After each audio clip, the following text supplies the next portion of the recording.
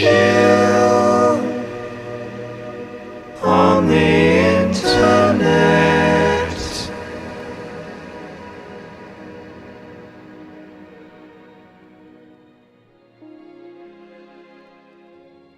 I'm Pete Lawrence. And I'm Vicki Howard. And we're just about to publish a book called Crossfade, a Big Chill Anthology. And we're here to talk about it.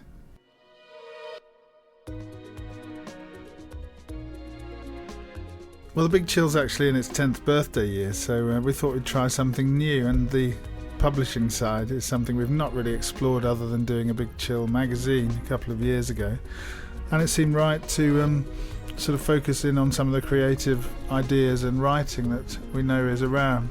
We sort of kicked a few ideas around about what sort of book we'd be interested in doing, and then came back to the idea that, in a way, play to one's strengths. Let's start with a book about music, and so we have. And in a way, we took quite an idiosyncratic path, because the Big Chill's always been quite anti-musical categorisation, and we've always tried to sidestep pigeonholes. You know, what you usually find in pigeonholes is pigeon shit, as people say. So the idea was to do something loosely based around genres, with 10 different writers picking their own genre, but then writing very much from a sort of enthusiast's perspective. It's all about people's passion for writing and passion for the music and passion for the Big Chill.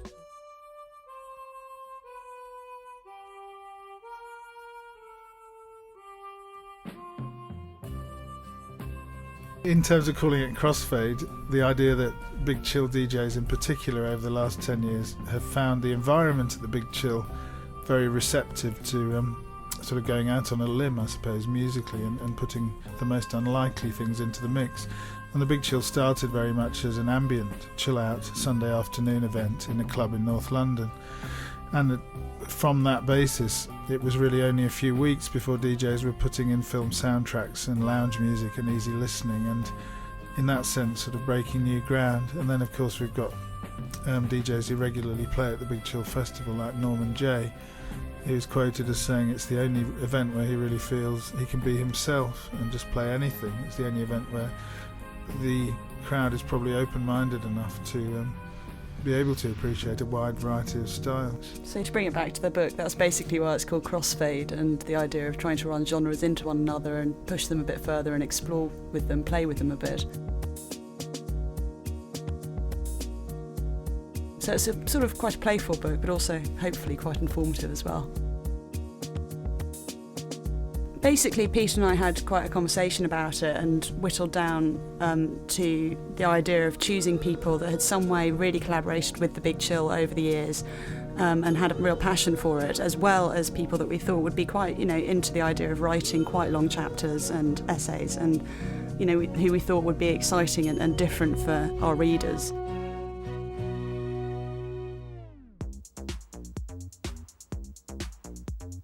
I think we made a choice to pick a variety of writers, some who were recognised as being more prominent music journalists, like Tony Marcus, for instance, and others from perhaps a slightly more academic background, like Stuart Borthwick with his chapter on the 80s, and Hillegonda and her house music treatise on house music.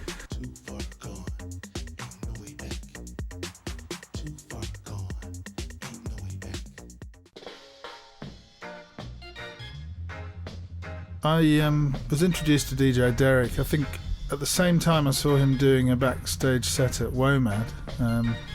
He just looked like a fascinating character, obviously older than your average DJ, but someone who was sort of steeped in West Indian culture and Jamaican culture in particular, and spoke with a sort of mixture of patois and Bristol West Country brogue. Yeah, he travels everywhere with just a suitcase on public transport, so there's absolutely none of that VIP artist, agent thing going on with him at all. Well, so man's called DJ Derek. I'm from Bristol. I was introduced to reggae and ska music as it evolved back in the 60s through the Jamaican community, and ended up being predominantly a white man on the black man's dance scene back in the 60s, 70s. And they made a film about me in 1994, and then festivals picked up on me, WOMAD, and now one of my favourite festivals, Big Chill. and I'm at East Snort. I've just come off stage having done a midday to 2 o'clock set. It's a bit early for me. Normally I'm getting in at about that time, not getting up and playing.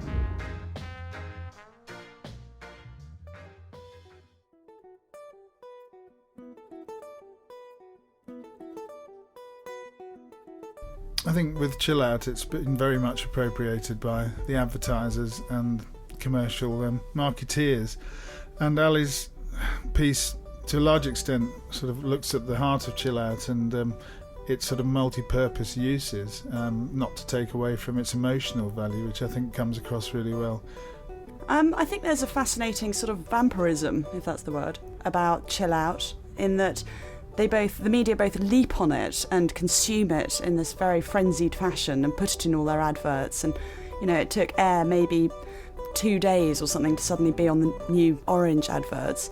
And simultaneously they're debunking it and saying that it's rubbish and it's over and sort of being really nasty about it. And it's this fascinating, it's almost like the royal family or something. Sort of, they feed off it but simultaneously try to say that it shouldn't exist.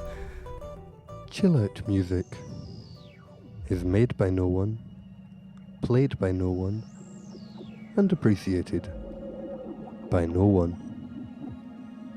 This might come as a surprise. After all, every record shop has a Chill Out section. The music press regularly carries reviews of Chill Out albums, and an entire subgenus of the music industry has gorged upon the profits of Chill Out compilations. And yet you'll look long and hard to find a musician or a DJ who plays Chill Out music. Instead, I play melodic electronica. It's upbeat ambient. It's instrumental cinematic soul with a hint of jazzy breakbeat, a bit of hip-hop, and a touch of gentle funk.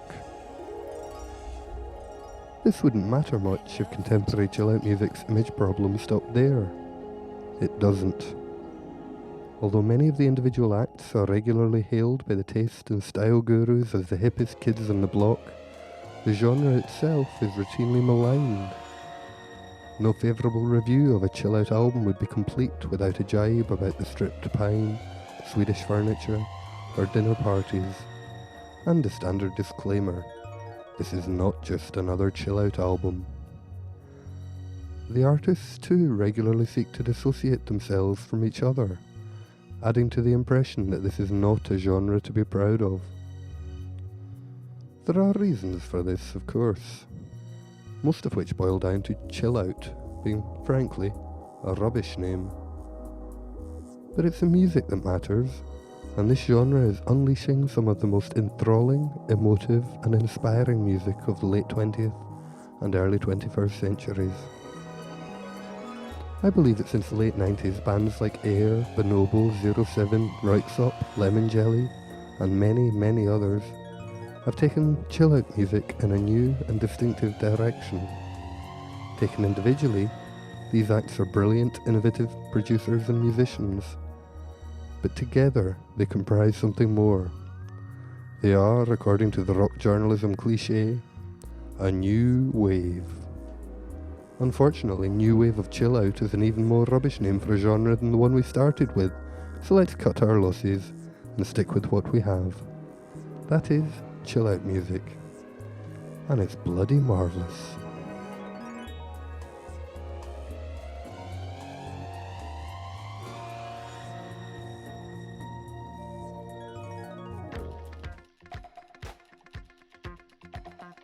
Then came something called post-punk. Post-punk must not be confused with new wave, which was more pop-orientated and involved shiny suits and skinny ties. The knack was new wave, and we don't really want to go there. The Americans loved new wave, but they soon got better and produced Sonic Youth and ESG. Post-punk was perhaps more art-orientated in its approach, and involved a pushing and testing of musical boundaries. It may have had a correlation with postmodernism. In music, its best reference, perhaps, was a signpost to another path.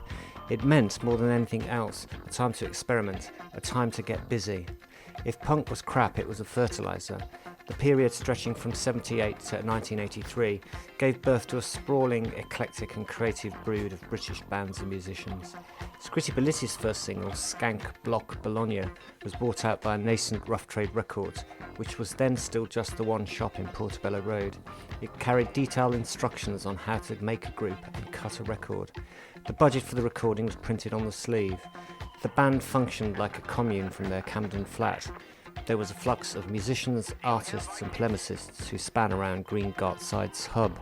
They had picked up the advice offered by Mark P's Deptford Delta-based Sniffing Glue fanzine. It was the time of the now by famous DIY ethic. It's 1983 on a Saturday night in Battlebridge Road, just behind King's Cross Station. A bevy of Victorian gasometers curtsied in slow motion across the street. This was the warehouse sector, the sort of locale that looked like it actually knew hard times.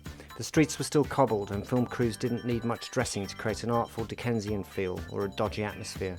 It became the locale for Mike Leigh's film High Hopes and has now disappeared like Boadicea's grave and Harry Potter's train under the latest tectonic shift in inner city plates. In those days it meant queuing for 2 hours to get in. In 4 years' time you'll be able to get to Paris in less. A long line of people dressed up in everything from ripped jeans to thrift store romanticism paid £2 to get in and £1 for a can of Red Stripe. Up on stage, Rip Rig and Panic, Sean Oliver and Nena Cherry are at the decks, dropping everything from Sequence through Sly and the Family Stone to Ornette Coleman. They may have called the night Miss Pibb's Hot Stye. There was certainly a band of that name which flowed out of Float Up CP, who fell out of the back of Rip Rig and Panic. Sean on stage in a kilt with his badass bass held low. God rest his soul. This was the warehouse party in its proper configuration, cheap, tasty, and a health and safety officer's worst nightmare. 5 years later, this response to colour bars and prices, but actually most importantly, just the shit music in London's West End clubs would become the mainstream. As the man said, when the going gets weird, the weird turn pro.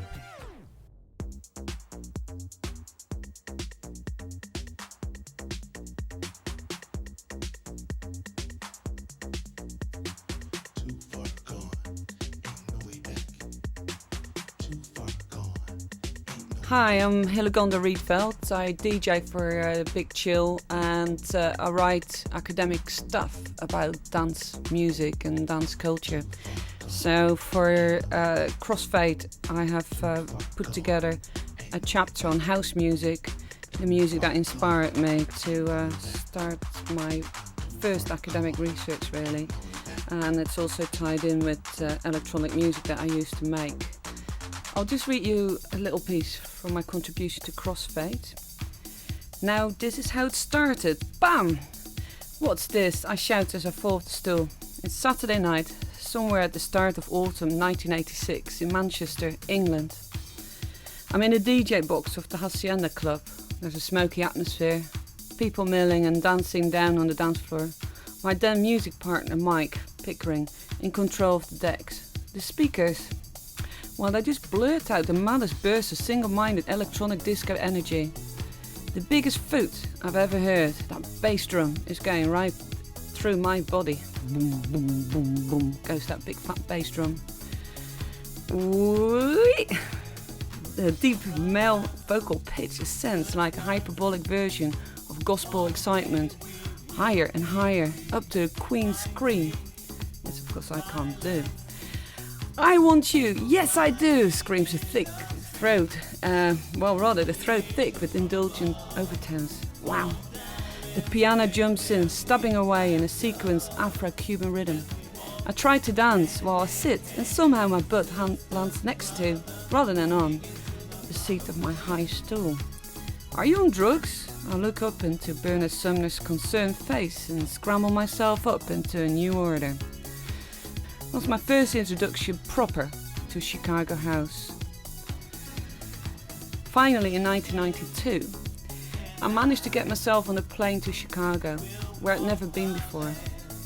I did my pilgrimage, and I went to my Mecca. The Hacienda had been my temporary temple of worship, or so it seemed, because, as I found out, house music is promiscuous and curious. It is an exchange between many influences, from funk to punk, from gospel to Latin music. The original clubs that had thrived a decade earlier had gone. Ron Hardy was dead and Frankie Knuckles had returned to New York.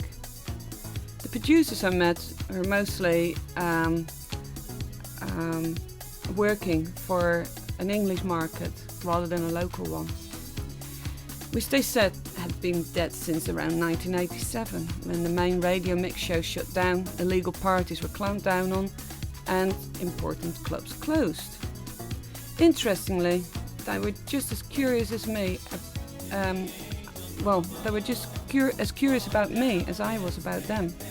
In their teenage years, they had felt inspired by the electronic music that came out of Europe, from the UK and Italy in particular.